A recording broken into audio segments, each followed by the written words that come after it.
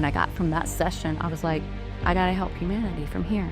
I got to help Earth in a different way. And I've played my roles. There's no regrets of where I've been before, because I had different roles. And that's where people I see get hung up is, oh, maybe I should have been doing this. And I'm so guilty of it. I'm like, oh, if I would have been doing this practice for this long or that long, then X, Y, Z. No, well, we are exactly where we're supposed to be. We decided when we were going to wake up too.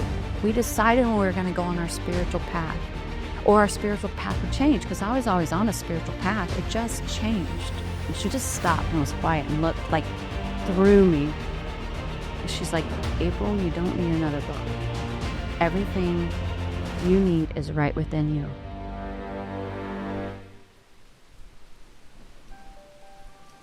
My name is Aprille Pullins. I'm a multidimensional healer, and I use various modalities. I started a long time ago with Reiki, which really began with yoga.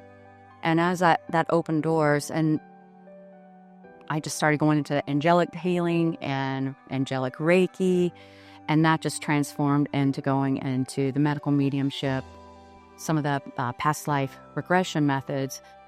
Once I started going in the past life regression methods, I've learned about Dolores Cannon and was very drawn to go into the QHHT and the beyond quantum healing. So really every single person is their own unique self, as we all know. So I never know where we're going to go unless somebody says, I definitely want to do this particular modality. Even within that modality, it just meanders through according to what they need that day. I grew up in Christianity, and I knew that I was very close to the angels. It made a lot of sense when I was around people, and my mom always knew. She was always giving me angel stuff because I was just drawn to those, and very close with Jesus. And all the time when I'm at church, especially with singing, I was connecting. I just knew I was connecting to Source and Jesus and the angels and something where I could feel everybody in that room in their love. So I was there a long time. I had intuition, and I didn't understand why I knew things. I didn't go into that deeply for a long time. And people would always ask me, well, how do you know that I need to do this? Or how do you know I need to eat that? And I could always make 3D sense of it. I've always studied health, and that's really where my big journey took me to at this point, honestly, is yes, I was always spiritual. I always loved everybody I was connected to. The truth is, it started because my mom was sick, and I'd see other people sick, and I didn't think it made any sense. It didn't make any sense as a young child that someone was always sick. And I was given a couple books. Actually, I think I might have been like 12, and from those books, one of them was Fit for Life. Have you heard that? Fit for Life changed my life, because I saw all these natural ways to heal. I knew we could just eat the right foods and work out, and even at a young age, I'm like, we have to be able to take care of ourselves. I just knew within my being, without anybody telling me, that we're designed to heal. We can do it. And so that's where I really started. And I was just obsessed with, honestly, from the fear side, I'm not going to be sick like my mom or any of these other people who aren't taking care of themselves. Like, we can just eat fruit and vegetables and so forth. So my journey with that is that I was studying all the things, doing all the things. People came to me from, even in middle school and high school, they were coming to me at lunch break. Hey, what should I eat? What should I do to work out? And I was just the go-to. So it became natural. But I just continued that journey. Study biology, psychology. I want to know, how does the mind and the body go together, and the spirituality's over here, so surely they all come together. But nobody was teaching me that in my circles yet. So I had to find that on myself, or on my own, I guess. Until it's the right time, right? Everything's the right time. So basically, I was going into where I was just teaching, like, it's kind of ridiculous, but I was teaching like 20 fitness classes a week. And then doing my own workout on top of that. I had 2 small children at this point, and I started doing yoga. And believe it or not, that's when everything went to hell and back. Like everything in my life was falling apart. But what got my attention, whether anybody considers it right or wrong or indifferent, what got my attention is that my health started struggling. And I'm like, I'm doing all the right things. At least back then, with the rules that we were presented on, these are all the proper things to eat, and these are all the things we should do. But I was trying to lose that weight after my second child, and what was happening is I gained like 60 to 80 pounds super fast. And when I went to my doctor, who knew I was eating like 600 to 800 calories a day and going to my fitness classes, they were just saying, you just need to eat less and work out more. And I'm like, that's not the answer. That doesn't make sense. That led me on this path that I got to figure out what's wrong, what's going on. Well, at the same time, things were not going well in, let's just say, all departments in my life. About the only department that was like going pretty rosy is that my relationship with my children, and I was so focused on them and I love them. And I noticed that along with all my health problems, several of my organs were just like saying enough's enough. And they weren't being able to tell me on paper with any test at these offices what's going on. So I just kept on that journey. It must be the health. It must be, I'm going to think the right things and do my affirmations, and I have all respect for doing all those. But I tried them all. I made my list of I am healthy and strong, and I have lost the weight. I did all those things I thought I was supposed to do, but it just wasn't happening. Well, as I was doing some of the yoga training, which a funny story about that is I wouldn't finish my training because I'm like, if I finish my training, I might actually believe some of those philosophies. And what will all my people think if I start veering off over here? Because there's these other truths. I had always believed and asked the questions since really young where I was like, but wait a minute, don't we probably all have some truths? Don't all branches of belief systems and cultures have truths? And, I'm hearing the ring in my ears like, bing. Yes, I do. I was like, okay, that's fine. So I went and got Reiki certified, and I went deeper on the yoga journey. And I swear it's like, it just blew the doors off. And I did this Reiki training, part of it, while my husband was getting hip surgery. And I thought, well, I'm sitting here, I'll just start practicing some of this. And it was working. And he's not any kind of a believer at the time that, like, what are you even studying? But okay. But I'm sitting here, you may as well, put some energy through me. But he was like, oh, I feel that. And for him to be able to feel that was pretty huge. And even the medical staff was coming in and mentioning, well, he's healing quicker than anticipated. The inflammation's not as bad as we anticipated. So there were things like that just were like, wow, okay, I'm going to continue. I'm going to keep learning more. And I just kept adding. And with every single thing I added, my mind was just blown. Definitely, I was a closet practitioner for a long time because where I never put myself out there, I wasn't renting a room, but if my friends and family wanted to come or they had referrals, then I would help them that way. It wasn't until the whole shutdown that I was like, okay, I'm watching these other videos. I'm watching these videos like Aaron Doughty and Aaron Abke, and, the list is long, where I was just like, wow, like these people are doing what they love. And they're making money helping people. And I'm at a turning point because both of my guys were done with school and are getting ready to be. And I'm like, this is like a huge turning point for me. This is time, not just because of that, but inside I was ready. I was like, what is my next step? Where do I want to help humanity? Quite frankly, I was like, I'm ready to help on a bigger level. Not that I needed to be on stage or anything like that. I don't know where all this is going to lead me. What I knew is that, no, it's time for me to really dig in, and where am I going to go with that? I was still health coaching. I think that'll always be a part of me, because I thought maybe I was going to let that go back to the back burner. And if anybody needed it, I would help them. Basically, it just started blowing my mind that you can start eliminating emotions that are stuck in your body for real. I'd been teaching that in yoga, but I thought you were just, and there's definitely no disrespect. I have a lot of love for yoga and the principles.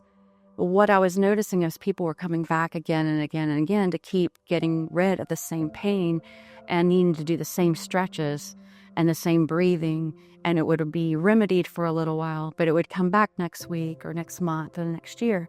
And I'm like, so what's the answer? And about all at the same time, I really do 100% believe that when we're ready, it just starts flying into our laps. That's when Dolores Cannon, I'd looked at Dolores Cannon's information probably 7 or 8 years ago. I started listening to a little bit more. I was handed also by my husband, which is kind of a funny story, is he handed me the book, The Many Lives, Many Masters. And it was the first book he read, and, well, he jokes that he doesn't read. And he read this book, and he was like, this is an easy read. He's like, whoa. So I read it in within a day. And I'm like, oh my gosh. And that was another one of my openers. So Dolores Cannon came into my feed, my visuals, about that time. And I was just like, I couldn't get enough. And all the things that pop up through your dreams and I guess maybe for me, but I feel like it's like this for so many people, is through the years, like, oh man, why do I feel this way? Or why do I love Ireland so much? Why am I so drawn? Like, that was part of my thing. Okay, am I so drawn to, I need to get back to Ireland, but I've never been there. And a lot of the deep truths are, oh man, I had all these dreams where I was always flying. I was literally flying, myself. I'm flapping my wings in my dreams for years and years and years. Why is that? So those questions really didn't make sense until I started studying some of the deeper truths in spirituality. And then when I was listening to some of the Dolores Cannon stuff or reading her books, I was like, oh my gosh, this makes so much sense. I knew I was some kind of secret agent, like in the 50s. It was just, some of those things are just funny where you're like, I had to have been this person or that person, or I knew I was in Ireland, but not as me. So I just became so engrossed with that. And because of the shutdown, they started doing the online training. And that, along with this other training I started at the same time, because, hey, I'm crazy. If you're going to do one training, let's do 10. At least that's what I was. I was on a mission. I was like reinventing myself. This is my new venture. I'm going through all the steps I need to get there, the sooner the better. The other part of that is, it's like, how do you have that balance of just like not being so obsessed that I must get here by this date, and that's a little conundrum in the path of opening up and growth and spirituality, right? And it's like, I need to be here by now, but then there's these other plans, right? So I just started doing that. And the more I was helping people and doing sessions, I was like, wow, like this is making a huge difference. And as I was going to other people to experience it, because I didn't want to start doing some of these sessions without experiencing it myself. And it's like, whoa, there's almost no human language to express what goes on in a QHHT session or the Beyond Quantum Healing session or some of the intuitive work I do. But in particular, when you're in a Theta state and you're able to pour out truths from your deep inner self, there's no way to explain it with words. You do the best you can, but really you're seeing things. Somebody's like, hey, explain where you are. And, and I'm asking that question to people. But last week I was somebody's client and she's like, explain where you are. And I'm like, whoa. I'm like, I don't even know how to explain that because everything's purple. Like there's crystals everywhere and everything's purple and I don't even know what's going on. So yeah, it's hard to express exactly what happens when you can reach your own deep mind. Another thing that really helped me along the way that comes up over and over and over and over again is the fact that when I was in this yoga training, when I decided, okay, I'm gonna go deeper here, I had lunch with this other gal in training, and I have so much love for what she said because when we went and had lunch, and I was still struggling a lot with some of these health issues. And I don't even remember, it doesn't even matter which book I was telling her about, but I was like, I'm going to go get this book and it's going to give me the answer because I'm going to figure this out. And she just stopped. And it was probably the first time, it kind of makes me emotional because it was so huge for me to hear it. She just stopped and was quiet and looked like through me. And she's like, April, you don't need another book. Everything you need is right within you. And at the time, I'm like, what is she even talking about? I'm like, I guess I do have a lot of answers. I've studied health my whole life, is what I'm thinking, right? I'm processing. And it just has come back around again and again where I'm like, oh my gosh, like we really do have access to everything. The trick is, maybe trick's not the perfect word for it, but the thing is maybe we just need a little assistance getting there sometimes and breaking through our own blocks, our own patterns, our own programs that we've had for many reasons, not just this lifetime. That's what I find over and over and over again is people don't even want to keep those patterns. They don't want to keep those blocked emotions or the feeling that they have when XYZ happens and they don't even know why it keeps occurring. That was one of the things I was going to doctors for years.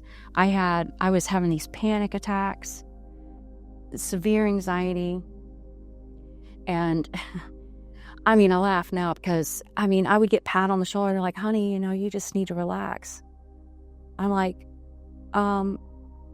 she's like, they'd be like, you're stressed out. I'm like, who's not stressed out? Like, who doesn't have stuff going on? There's something wrong. It makes no sense, on paper that I should be having all these anxieties and panic, But I realized that that's from something else. I needed to get to the root of that problem. And I have a lot of safety issues I didn't understand. We put all these walls around ourselves for survival. And, just because we're not having something extreme going on, like we're not in a war or something like that, we think we're not putting walls up for protection and safety. But we have all these other just deep-rooted needs to feel that love and safety. And if we don't get it, we tense up, we hold it in, and then we get things like anxiety, panic attacks, and then disease down the road. So we had in our family, it was just a thing. We always joked with each other, jabbed each other, but especially make fun of ourselves because, what was I thinking? What I did XYZ, that was so stupid. Oh, I'm such this, I'm such that. I'm trying not to say all those things I used to say. Let's just cancel because we're just talking. But yeah, that was a huge thing for me. I realized, and it was all about the same time when I was breaking down, having my crisis. So I'm like, wow. I'm saying these things to myself that I would not want anybody to say to me, and I certainly would not want to say to them, even though I'm trying to make somebody laugh or I'm trying to laugh at myself. And we say that a lot, like, oh, if we can't laugh at ourselves, that kind of phrase. And I do appreciate what it means, and I've used it a lot. But that was my first awareness. And even if I was joking with someone, what am I saying to them? And I realized how I could see it as I started noticing, witnessing other people more and more of, whoa, this is actually, you could see it jab. It's a joke. Whoever said it, me or somebody else. I've said plenty of things that I have definitely gone through the forgiveness part for, because, you know, we do what we can in the moment with who we are and what we know. So we'll give ourselves some grace on that. But yeah, what we say, it penetrates us. And it was I had to retrain myself. I had to reprogram myself on, now I'm not saying this stuff, but I'm still like actually thinking it. And I'm like, oh. So that was a huge process for me. Now there's other ways where we can streamline and make that a lot quicker to get rid of those programs, those patterns. But at the time, I didn't know how to do that. I was just going through that forceful action, like, don't, if you don't have something nice to say, don't say it, even if it's a joke. But that was that. And I, at the time I was also listening. I heard, watched the movie, The Secret, and all of those teachers there. I started following those a lot more. And I was trying to learn to do all the proper conversation with myself and to others. And there was quite a bit of time. I can't tell you how much time it took me, but there was quite a bit of time where I was actually having a hard time talking, because I'd be like, and people would be like, yeah. And I'm like, I can't say what I would have said. So how do I reframe that? And it was like my brain was going through this like, So yeah, that's been a big process. And I'm still learning to rephrase things. But everything we say to ourselves, what I know now to be true is it affects our bodies, but it affects everybody else around us. And when I started looking at it more, because my kids is really, sometimes they're our biggest teachers. It's like, how can I change the way I'm saying this, doing this, because I don't want them to follow in those same patterns? How can I teach them not to have a complete, where I would need to, because I'd be going through, it felt like I was having a heart attack when I was just having a panic attack. How can I learn to remedy this and rephrase the whole thing, the way I feel, the what I'm saying, and teach them the skills? Because we know, of course, that they're going to learn more by seeing what we're doing. How can I change me to help them? That was a huge part of my motivation anyway. But so that hangs out in our mental field, our emotional field, and it affects everybody else. So we're this human body, but we're so much more. And all of that's communicating to each other. So QHHT is quantum healing hypnosis technique created by Dolores Cannon. And if we want to give any information about how she came up with that decades ago, then maybe go to my website, or we can put a link down below. How I got into that is I wanted to understand the depths of, again, I was on my own healing journey, and I went into this because I thought, if I can just get to the depths of why I really need to be healed, and why my thyroid was still misbehaving, or why my liver was still having problems, going through the organs that were really struggling in my own body, if I could get to the answers, maybe I only got the training and did that. Will I take it further? I don't know. I didn't know at the time. I thought I would. So when you go into the technique, you are having a pretty long conversation. And interestingly, most people are like, we just want to get to the Theta state. Like, let's just get to the good stuff. What I love about how she taught this, because she practiced for years and learned all the best tools, and she came up with this method herself, is when you're having this deep conversation, and I'm talking like you're talking about your childhood, your relationships, things in school, you're really talking about a whole lot of stuff. It takes a couple of hours minimum. Dolores would always say, I'll take all day if I have to, as long as they want to talk. We're going to let them talk and talk everything out. And how cathartic that is alone, without any other modality or going into hypnosis to find other answers. It's just being able to know that somebody else is sitting here and legitimately holding the space and knowing that you can say anything. It's not being recorded. It's not going anywhere. There's that privilege of information. And so much comes up. And people think a lot of times when they are going to start talking that they're going to keep this part of themselves over here in the box, and this in the box, and this in the box, because it's like, oh, that's not really important. But something magical happens. It's once you start talking and realize, oh, okay, it's okay for me to say all this.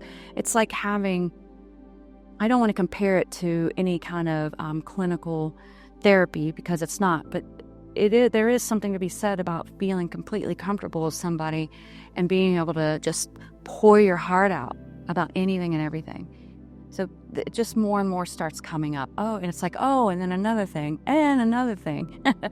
So you have this deep conversation. You do take a little bit of a break, and then that actually sets your brain up to be able to go into the state that much easier. So what does that mean? We have those different brainwave states, and the goal is to go through what we call an induction phase, is where we take a person down and change our voice and have our little system, and a person will get into that really deep state where it's like a lucid dream. I like to compare it to that, because if you're sleeping but you wake up and you know that you're dreaming, and you're like, whoa, I see that I'm dreaming.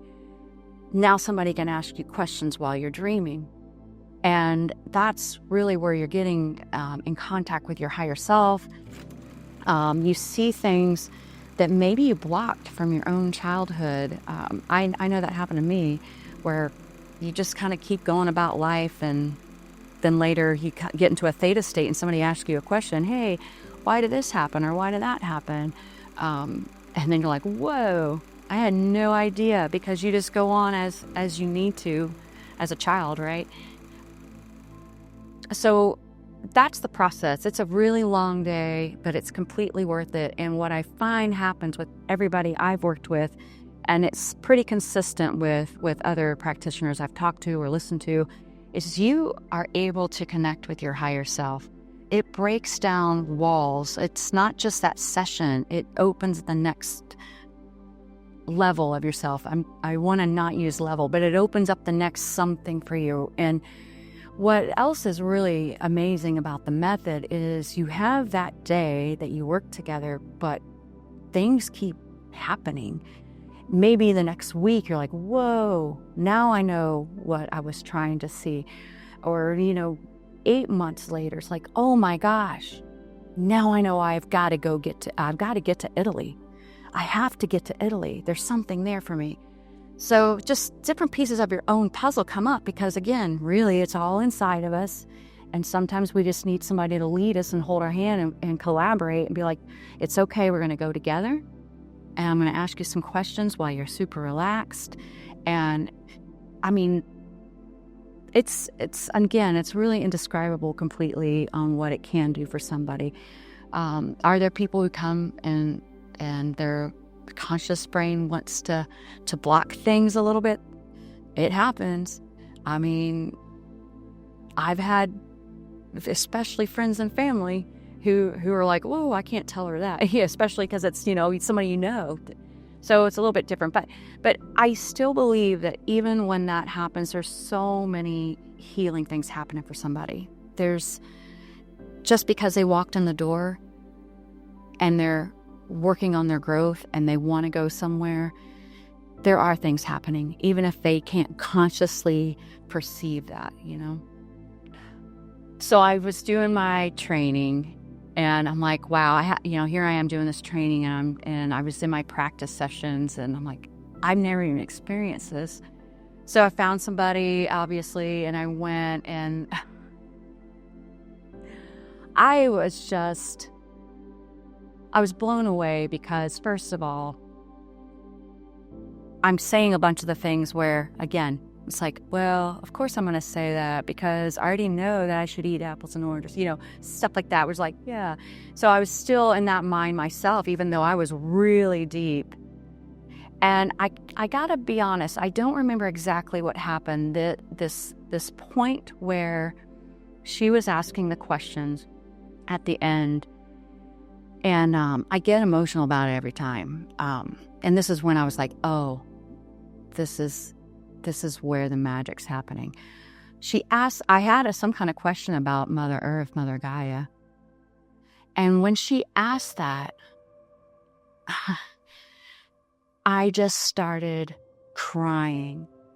And I don't mean bawling, it's like just waterfalls coming down my face. And I'm numb at this point because I'm like totally in body and out of body at the same time. And I'm like, no, and my conscious brain is like, what is happening?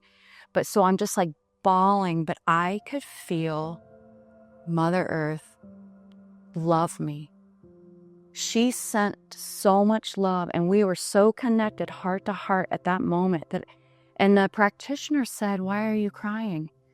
And I was like, she loves us so much. I'm just like bawling and laughing at the same time. Like, she loves us. And that's when it really hit me on the level of, I don't know where this is coming from.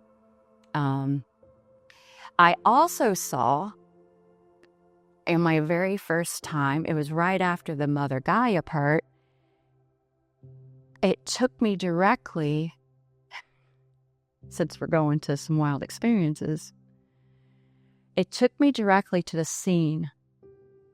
And I'm watching Earth. And I'm like, I couldn't see myself completely at first, but I'm wearing this long white tunic, if you will, white pants, white shoes, and my hair was white as snow and way down below my hips. Straight blonde, white hair. And I could see myself, the only one in the room, and I'm in a ship. And I knew, I'm like looking out the window, kind of like daydreaming, like, oh, look at Earth, look at all the people down there. They're doing so good. And I'm just observing them. And I'd come back to what I would say is the drawing board, and I'm looking at it. I'm like, what else do we need to do? What does Earth need next? And this is what I saw in my very first QHHT session. Mother Gaia loving me to the point of where I'm just, I literally was so waterfally. And then all of a sudden it was like, shoo, and I'm watching, and I'm like noticing that part of my job at the time, with whichever being I was a steward of the Earth from outside and working with her, not on the planet. And that's life-changing. Like I saw some other things, human-wise, very, in that first experience, but that was just life-changing, just to be like, I knew it. I knew there was something else going on. And I felt so much love for her from up there. And I felt so much love for humanity. And that's when I got up from that session, and I'm really like, wow, I should have put tissues down here for this, because I'm just like, wow, I knew when I got from that session, I was like, I got to help humanity from here.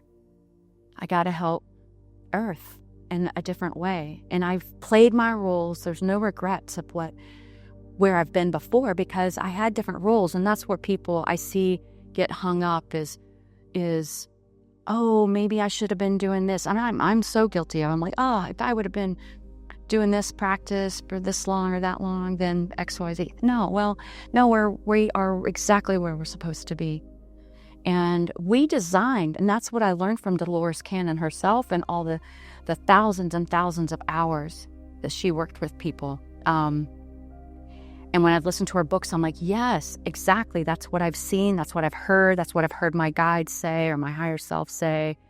And some of the information that would come through is we decided when we were going to wake up too.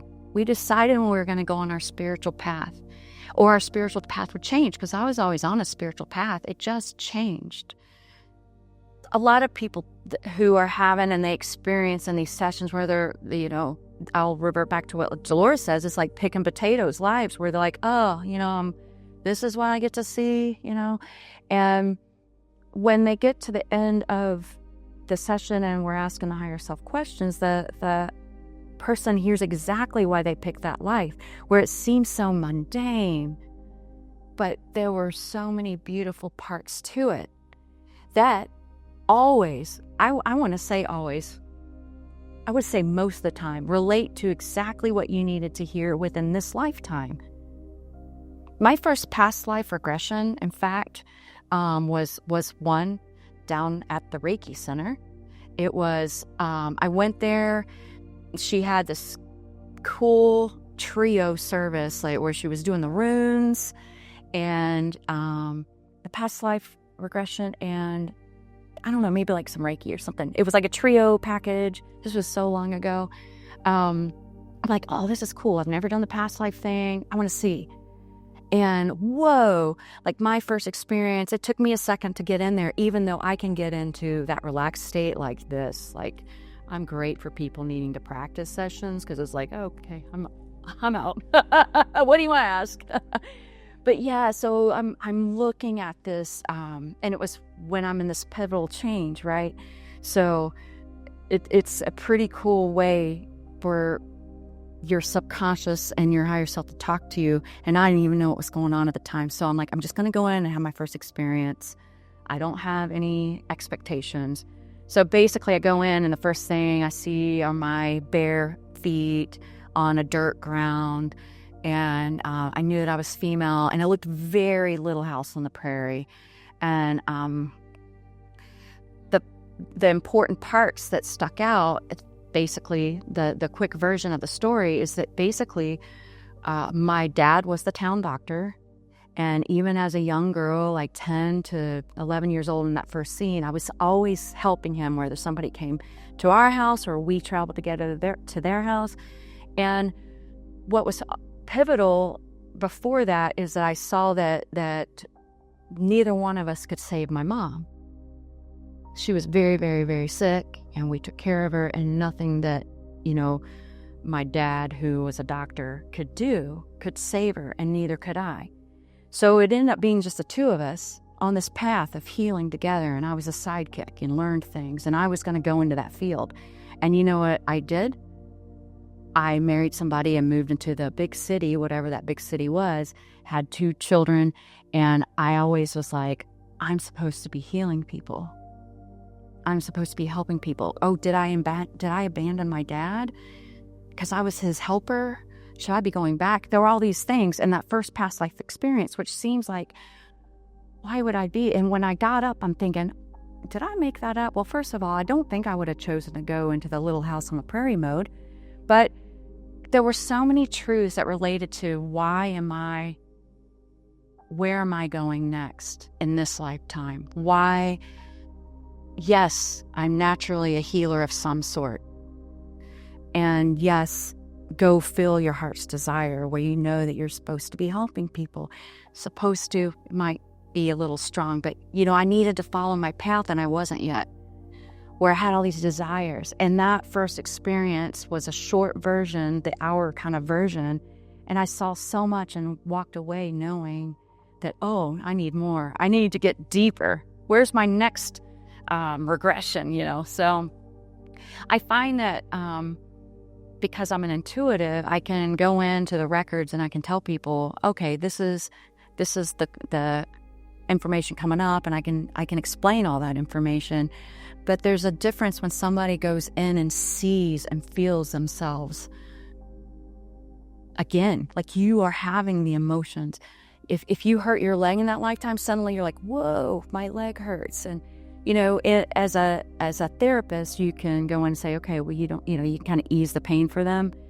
and go through a healing process with that, just for the record.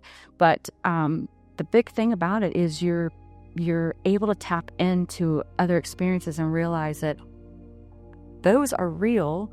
They're hitting me in some way. Once we can kind of get that conscious brain out of the way, I like to say it, just let it come over here and watch the movie and kind of eat popcorn in a way, But it's hard for us, especially when we're answering questions and it's stuff that we already know because our intuition we already know that, oh, I know that I'm supposed to do this over here or that over there.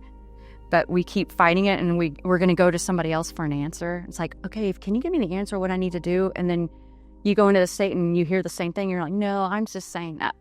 But it's really not. It's your higher self, your inner self is saying you already know what to do. So sometimes just hearing it in that state is all you need to move forward. We definitely come in with a crew. That's what I would call it. We have like soul families that we decide. Now they can change. I know some people talk about how it's the same group every single time. I don't find that we say every single time we're going to come in with the same 10, 15 people, for example.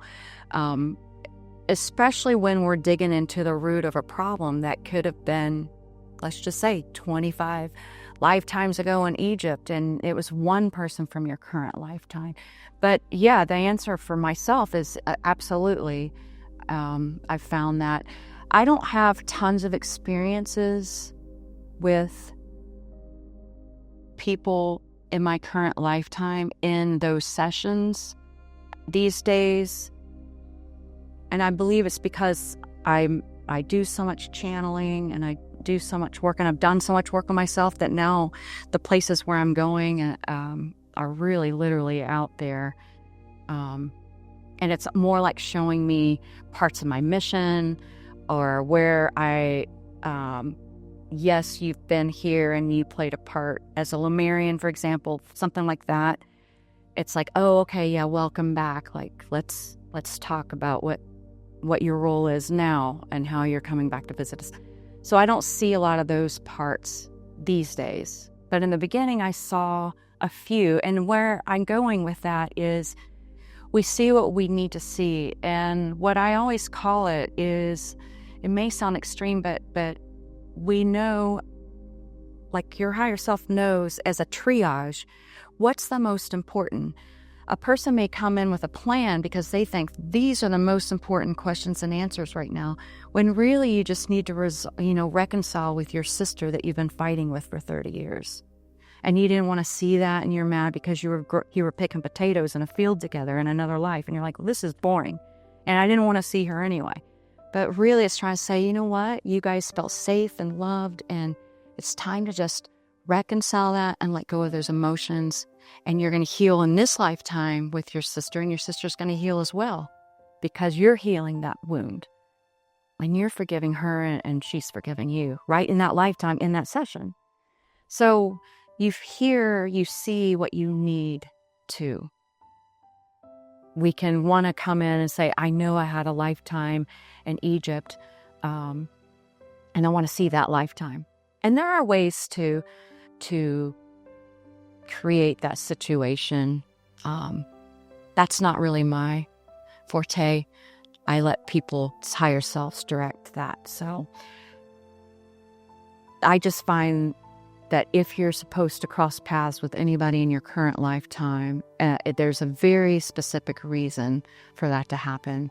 And it doesn't really have to mean that you need to heal with that person, or that you did something to them and they did something to you. Sometimes you just need to see how much you loved each other, and how well you got along, and how you supported each other, and how you picked to be those roles there, and now you pick to be these roles this time.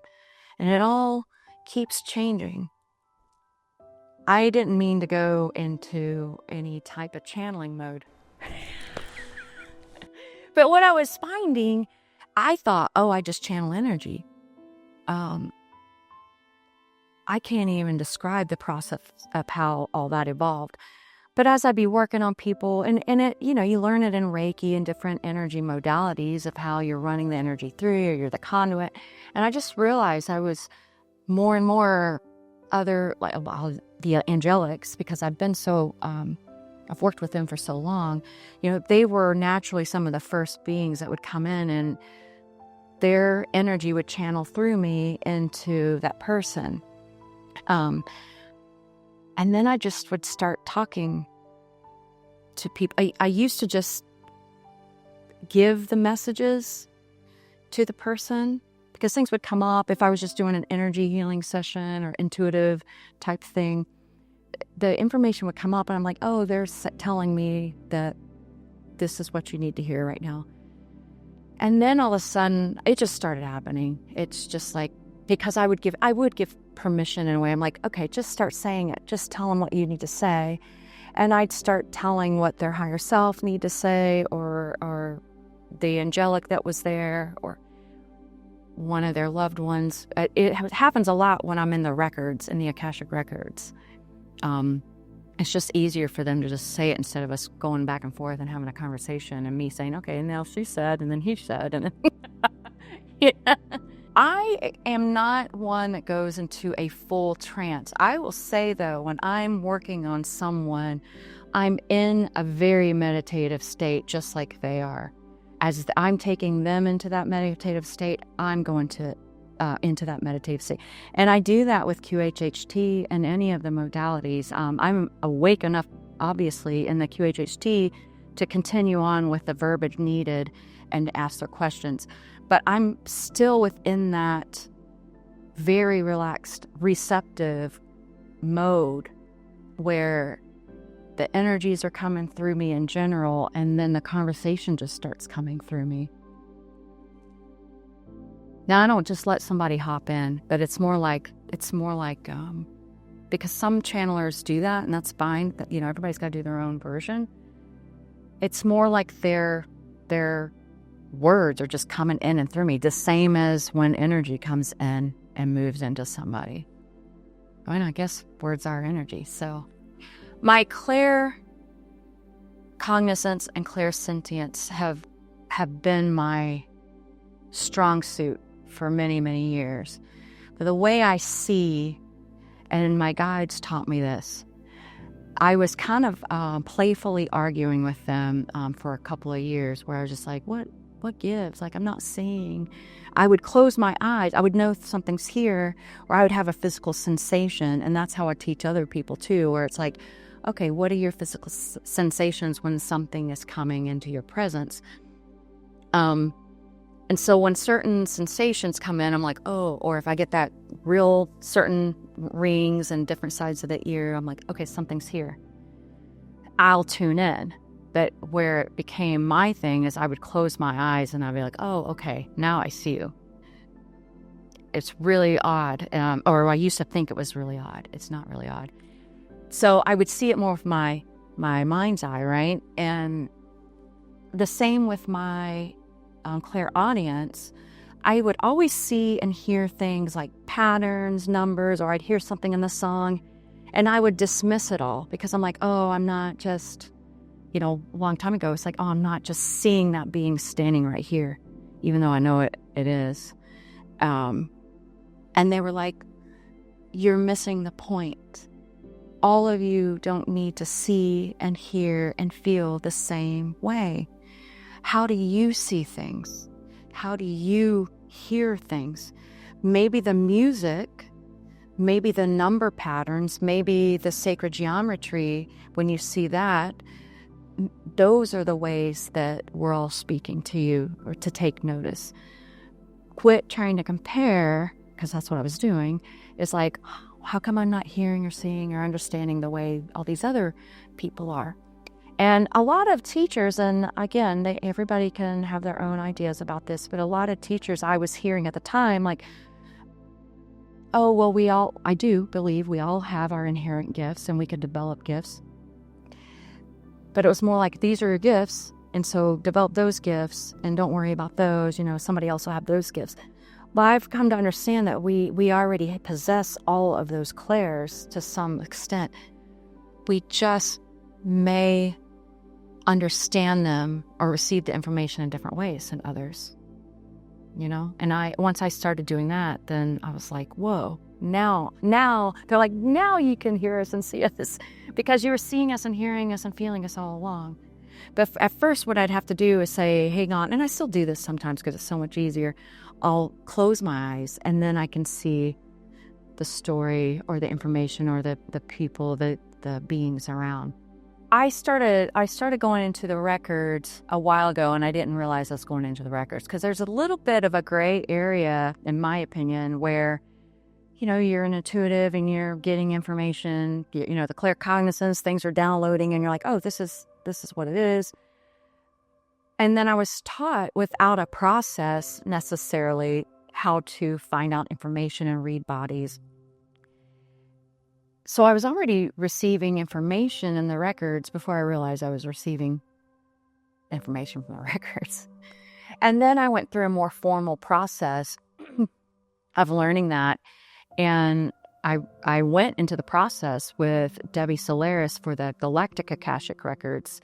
And with that, I also learned the Linda Howe method. So I really was able to combine what I was already doing along with what Debbie taught and Linda taught. And it's just like combining a bunch of tools. But it's great because, again, as I mentioned that, we have all the answers within us, but then there's, the records. And we can go in there and get more assistance. And sometimes that assistance is just quicker. Of just being like, okay, if it's time for us to know that, and your higher self and your team are like, okay, and the lords of the records, or whoever we want to call the group that's in there when you go, say, okay, yeah, that you can know this information. That's how I've experienced it. I do get times when they're like, sorry, she's going to have to sit and meditate on that herself and quit asking everybody for answers. I did have that last week, and the person wasn't, excited with my answer. But I'm like, oh, I know how you feel because I want to give you that answer. But what they're saying is you actually already know the answer, and you're asking for validation from somebody else and from them and from me.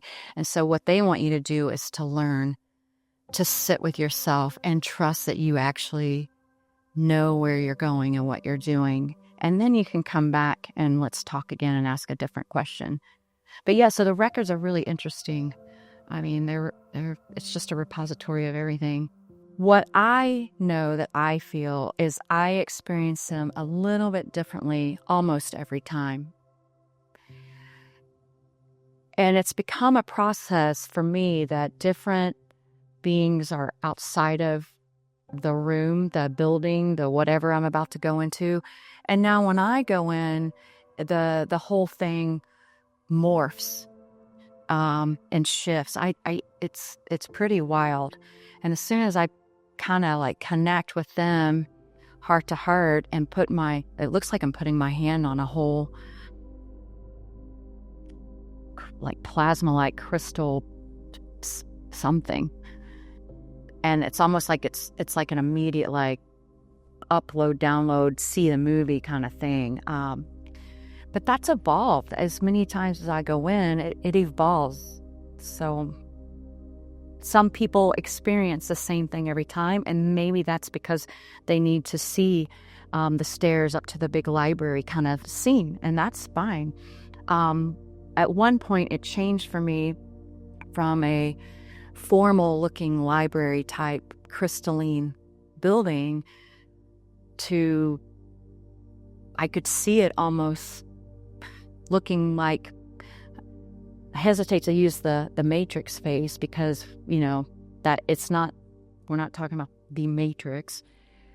But all of a sudden I started seeing things just like more like light language and numbers and sacred geometry. And it was all just kind of like moving around. And it was almost like, it was as if you could, like one of these sci-fi movies where you can just pull out the computer screen and start pulling in these different records. And I'm like, oh, this looks like one of those movies. So yeah, now it's like once you tune in, I just think it changes with what happens to the person accessing them. So they're pretty open. The suns are open. One I talk a lot with about all of this. The other one every now and then tells me he needs some normal conversation. And he taught me a lot about that because, when we get excited about things we learn and especially with our kids, right? Like, I don't want you to have to go through this piece of hell that I went through, so let me just teach you what I learned. And one of them was like, you know what, Mom, I just need to have some normal conversation. And I was like, okay, so did you get your laundry done? I was like, I don't know what else to say. Yeah, because I can get kind of, you get excited and passionate and, oh my gosh, you won't believe what just happened to me the other day in my, as a session as a client, because of course I'm not going to talk about other people's sessions. But that's been a journey as well. And you know what, no matter who I may lose as a friend or part of the family because they're like, whoa, like that is way too much for me. That doesn't go along with my belief systems. I'm at that point now where I'm like, okay, if I'm really going to serve, if I'm going to serve humanity, if I'm going to serve myself, let's just be real. If I'm going to actually be true to me, like just go and do it and be out there and quit hiding parts of yourself. And only because I've been working on referrals and things like that for so long. And it's so, and I could just cry right now. It's so magical when we are who we're supposed to be and quit hiding. And, we all talk about, I say we all, most people are like, well, why can't I develop this gift or that gift? And I really think that hiding's part of that, like for mine, because I'm like, oh, well, if I could, can you just teach me how to be clairvoyant exactly the way I want to be clairvoyant? But then they're like, well, but then you don't want to step out there. Since I've stepped out there and hit publish on the news site of the way I'm to present myself for those who have literally signed up before coming here of, oh, okay, when I see that, when I see you, when I see the cue of you are now ready because you've said this is who you are, then they're going to come to you. More and more are going to come to you. And I also had to be ready to take on a bigger energetic load because some of these sessions were just like, whoa, it's like, I need a big nap. But I will say, since I became really, truly, I've been teaching people to become authentic and true to themselves and all these like life lessons and how to be yourself. I mean, fully be yourself. And then I was still like putting just a toe out or maybe my hand and be like, yeah, I can help you. But don't tell, the people that are over here in these circles. And you know what's happened? It's exploded. Life's exploded. And more gifts have come up. And more of my people, my tribe. And let's be real. You know what I'm saying? I'm not saying that, we all have our tribe. And sometimes we can't find each other because we're hiding. Because we're too afraid of what somebody else might think or might say or might cut you off. Because, I did have that happen with part of my family where I heard very loud and clear, somebody called me. I'm not even going to mention who this is. They were like, oh, what do you do now? And this person hadn't asked me in decades about who I am or what I do or what I do for work. And I was like, oh, I do QHHT, Dolores Cannon method. And it was like, I've not heard from that person again. And I felt that, I want to tell people sometimes, I'm like, I'm an intuitive. You can't hide your feelings. But, that's part of the game. So, yeah. But now that I'm just like, this is me. This is who I am, and I'm here to serve. I'm not here to help everybody because we all have our people that were designed to help in some way or the other. Where I did put myself out there, oh yeah, anybody come to me. And I do believe if somebody's going to come to me, there's a reason, and there's going to be something beneficial for both of us. Because that's another misconception. Every time somebody walks through my door, I'm helped just as much as they are, honestly. It's a two-way street. It is a collaboration for them to find healing, but it's always something that it either shows you about yourself that, oh, this is the next thing you need to be working on, or, you know, some kind of connection. You just never know. It's always beneficial. So yeah, I'm all about, like, now I'm like, okay, forget it. Here I am. I go out there, I do weird things, I say weird things, and maybe that shouldn't even be weird anymore, because more and more of us are talking about what's really out there and the truths we haven't seen, and we just all want to understand. And the more we understand ourselves, the more we understand what's out there, you know.